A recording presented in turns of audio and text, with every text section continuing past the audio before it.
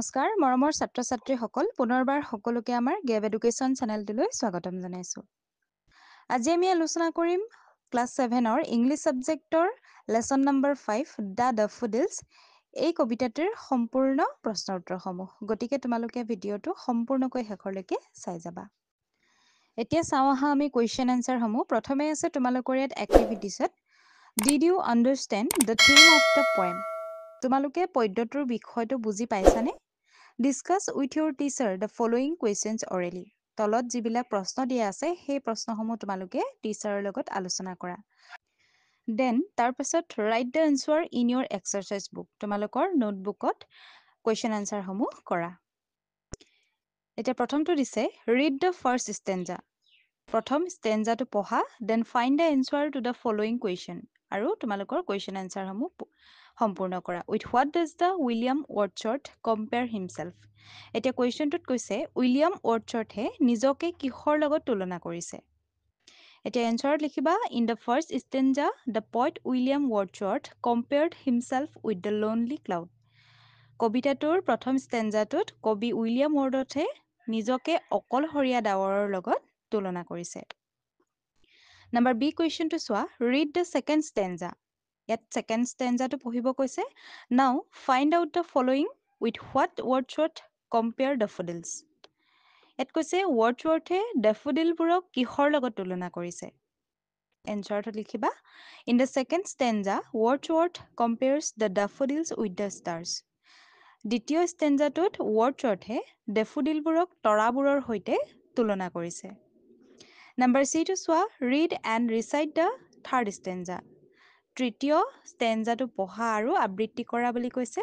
তাৰ পাছতে now find out what Wordsworth means by jocund company from the option বিলো।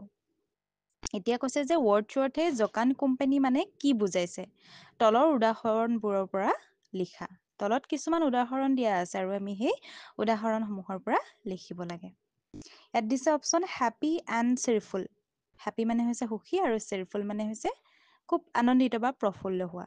টকটাইভ মানে খুব কথা কোৱা, কথকি। কোৱাইট এণ্ড ছেড মানে শান্ত আৰু দুখী। ইয়াৰ এনচাৰটো হ'ব নম্বৰ 1টো হেপী এণ্ড চিৰফুল। তাৰপিছতে নম্বৰ ডিটো চোৱা read and recite the lines. তলত এটা লাইন দিয়া আছে আৰু সেইটো পঢ়িবলৈ কৈছে। Guest and guest but little thought what wealth the show' to me had brought. ইয়াত কৈছে যে মই ৰ লাগি চালো কিন্তু অলপ চিন্তা। What wealth the show' to me had brought. What does the poet mean by the word wealth. Why does he use the word here. ইয়াত কৈছে যে কবিৰ মতে ৱেল্থ শব্দটোৰ অৰ্থ কি আৰু তেওঁ এই শব্দটো ইয়াত কিয় ব্যৱহাৰ কৰিছে। এতিয়া তোমালোকে এনচাৰ লিখিবা by the word wealth the poet means joy and happiness. Wealth শব্দটোৱে কবিয়ে আনন্দ আৰু উল্লাসৰ কথা বুজাইছে। Which comes when he saw' the golden daffodils. যি গল্ডেন ডেফোডিলবোৰ দেখাৰ পাছত তেওঁৰ মনলৈ আহিছিলে। The poet used the word wealth here because the skin greatly affected him. It gave an immense pleasure to him, and it remained as a priceless treasure we in poet's mind which cannot be compared to wealth. অৰ্থাৎ কবিয়ে wealth শব্দটো ব্যৱহাৰ কৰিছে কাৰণ দৃশ্যটোৱে তেওঁক বহুকৈ প্ৰভাৱিত কৰিছে আৰু ই এক অমূল্য খাজানাৰ দৰে কবিৰ মনত ৰৈ গ'ল, যিটো কোনো ধন সম্পত্তিৰ লগত তুলনা কৰিব নোৱাৰি। কবিয়ে যিটো গল্ডেন ডেফোডিল দেখা পাইছিলে, গল্ডেন ডেফোডিল দেখাৰ পাছতেই তেখেতক বহুকৈ প্ৰভাৱিত কৰিছিলে আৰু এই ৱেল্থ শব্দটো তেওঁ ব্যৱহাৰ কৰিছে। এতিয়া তাৰ পাছতে ই নম্বৰটো চাওঁ আহা। Read the last stanza of the poem and find out the following information. What happens to the poet when he lies on his couch in a sad and thoughtful mood.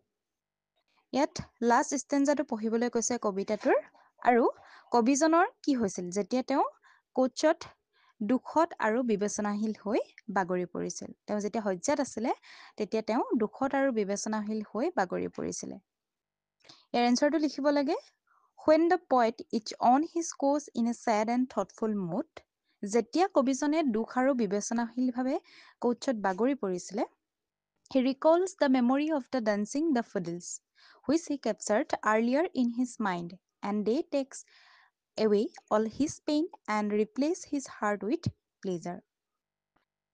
তেতিয়া তেওঁ সেই নাচি বাগি থকা ডেফোডিলখিনিৰ স্মৃতি জীপাল কৰে আৰু যি তেওঁৰ আগতেই তেওঁৰ সমস্ত পীড়া দূৰ কৰিছিলে, দুখ দূৰ কৰে আৰু তেওঁৰ অন্তৰখন বহু আনন্দৰে সলনি হৈ পৰে।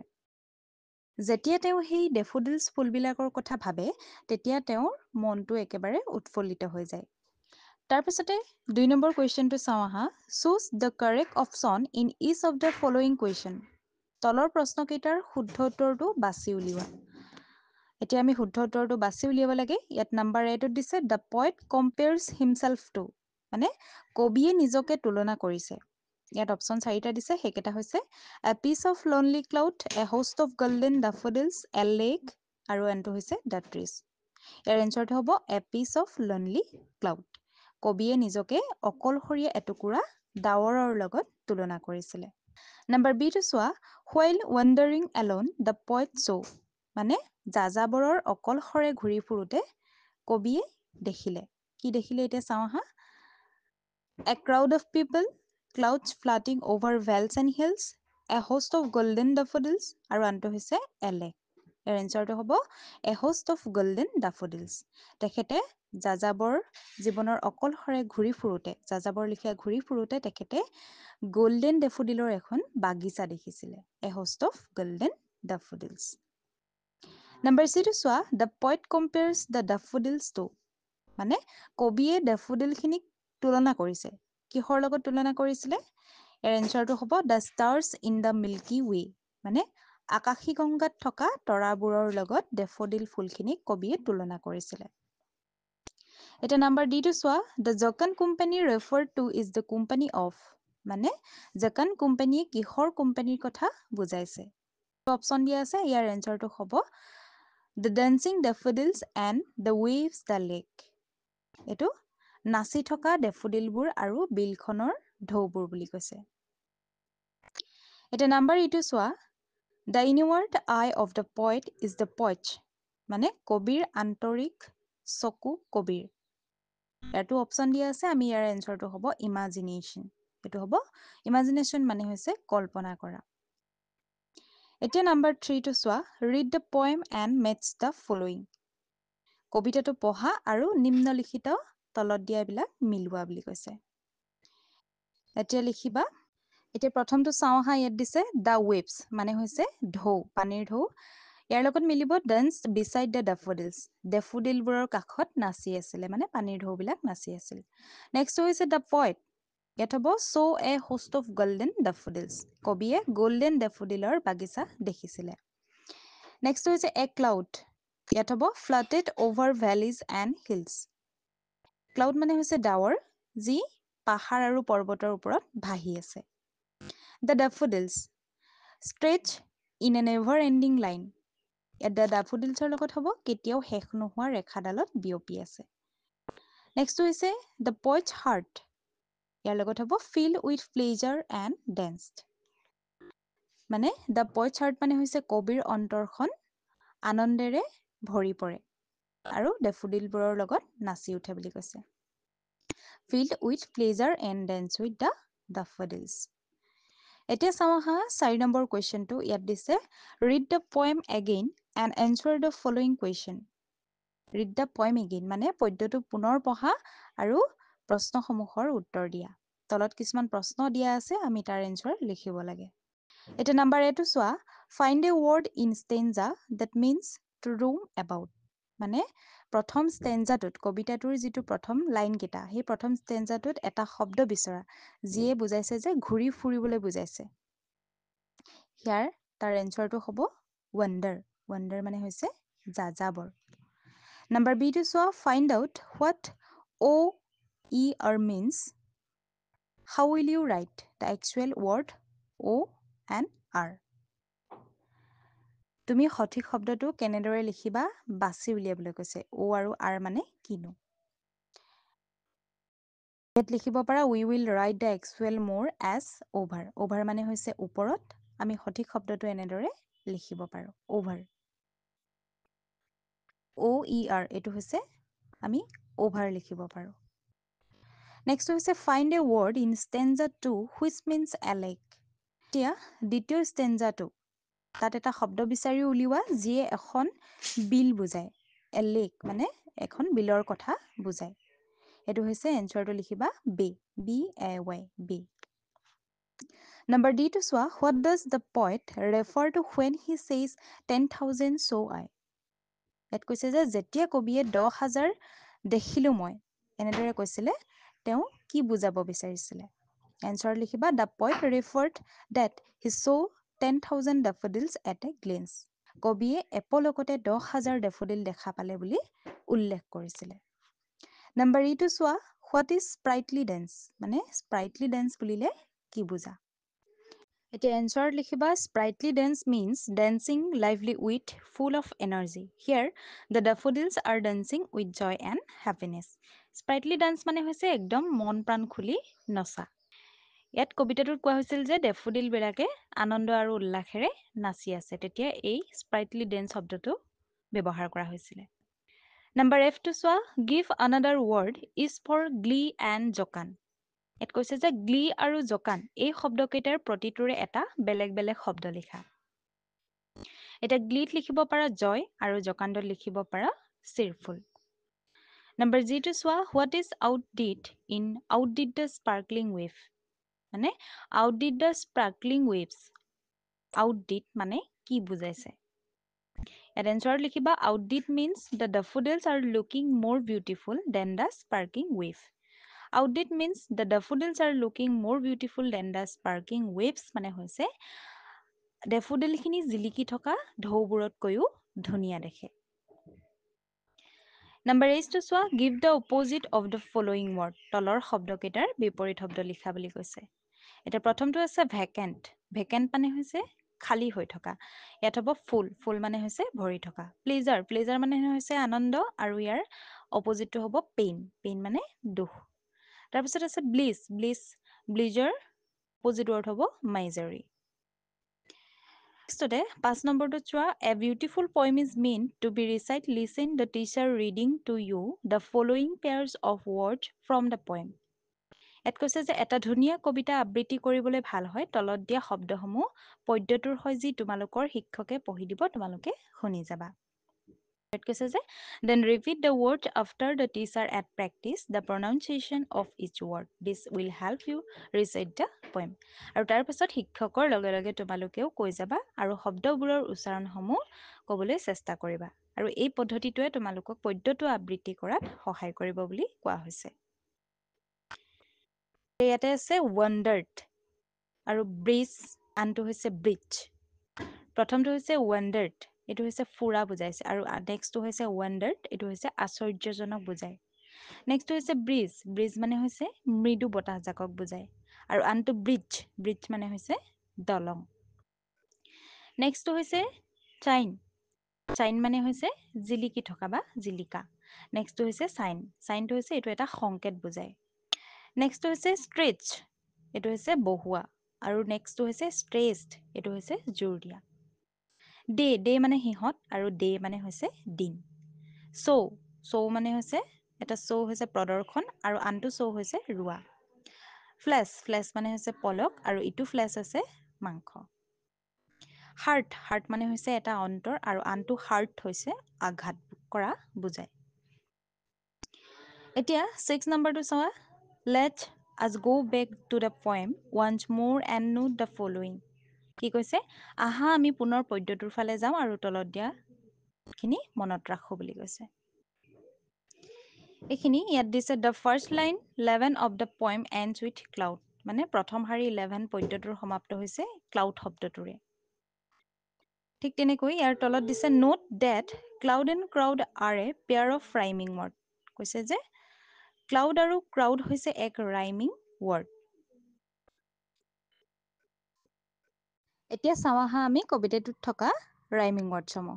সেইসমূহ হৈছে ট্ৰিজ, ট্ৰিজ হ'লে ব্ৰিজ, চাইন, লাইন, ৱে, বে, গ্লান্স, ডেন্স, ডে, গে, থট, প্লট, লাই, আই।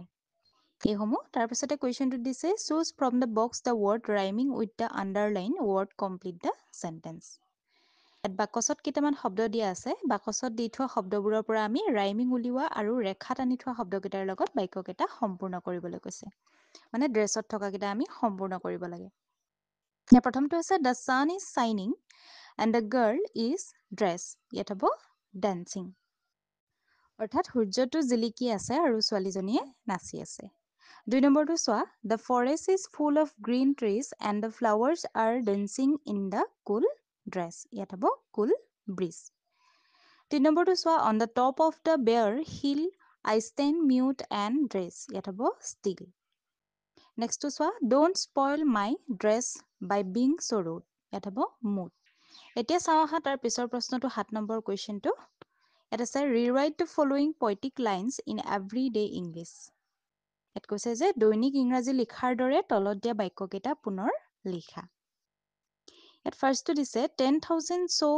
I at a glance ইয়াত আমি শুদ্ধ কৰিলে হ'ব I saw 10,000 at a glance the next to saw for oft when on my couch tea lie in vacant or in pensive mood এটো যদি আমি শুদ্ধ কৰো for ইয়াত oft আছে এটো often হ'ব when I lie on my couch in vacant or pensive mood next to আছে then my heart with pleasure fills ইয়াত হ'ব then my heart with pleasure fills এতিয়া 7 নম্বৰ বেৰিটো চাওঁ আহা find two words in the poem that are poetic in form and are not used in prose ইয়াত কৈছে যে এনেকুৱা দুটা শব্দ কবিতাটোৰ পৰা বাছি উলিওৱা যিটো নেকি একমাত্ৰ কবিতাপূৰ্ণ আৰু পদ্যত ব্যৱহাৰ নহয় write a sentence illustrating the use of each of the two words মানে দুয়োটা শব্দৰ উদাহৰণ দি বাক্য সাজিবলৈ কৈছে সেই শব্দকেইটা হৈছে এটা হৈছে জাকান আৰু আনটো হৈছে স্প্ৰাইটলি এতিয়া জাকান শব্দটোৰে যদি আমি বাক্য ৰচনা কৰো তেতিয়া লিখিব পাৰা he is enjoying in such a জাকান company আৰু স্প্ৰাইটলি she is sprightly for her age এতিয়া নাম্বাৰ চিটো চোৱা illustrate the differences in meaning between gaze and stare by writing a sentence using is ইয়াত কৈছে যে gaze আৰু stare এই দুইটা শব্দৰ অৰ্থ লিখি তাৰ পাৰ্থক্যটো বুজাই দুটাকৈ বাক্য লিখা এতিয়া gaze মানে হৈছে স্থিৰ দৃষ্টি অৰ্থাৎ means looking steadily in admiration or surprise মানে একেৰাহে চাই থকা প্ৰশংসনীয় বা আচৰিত ভাবে আৰু stare মানে হৈছে নিষ্পলকভাৱে অৰ্থাৎ means looking fixedly with eyes wide open মানে একে ঠাইলৈকে চকু ডাঙৰ কৰি চাই থকা এতিয়া gaze যদি আমি এটা বাক্য ৰচনা কৰো তেতিয়া লিখিব পাৰা he shifted his gaze from the child to her he তাৰ দৃষ্টিটো বাচ্চাটোৰ পৰা তাইৰ ফালে লৈ গল আৰু stare লিখিব পাৰা he continued to stare at her he তাইক থৰ লাগি চাই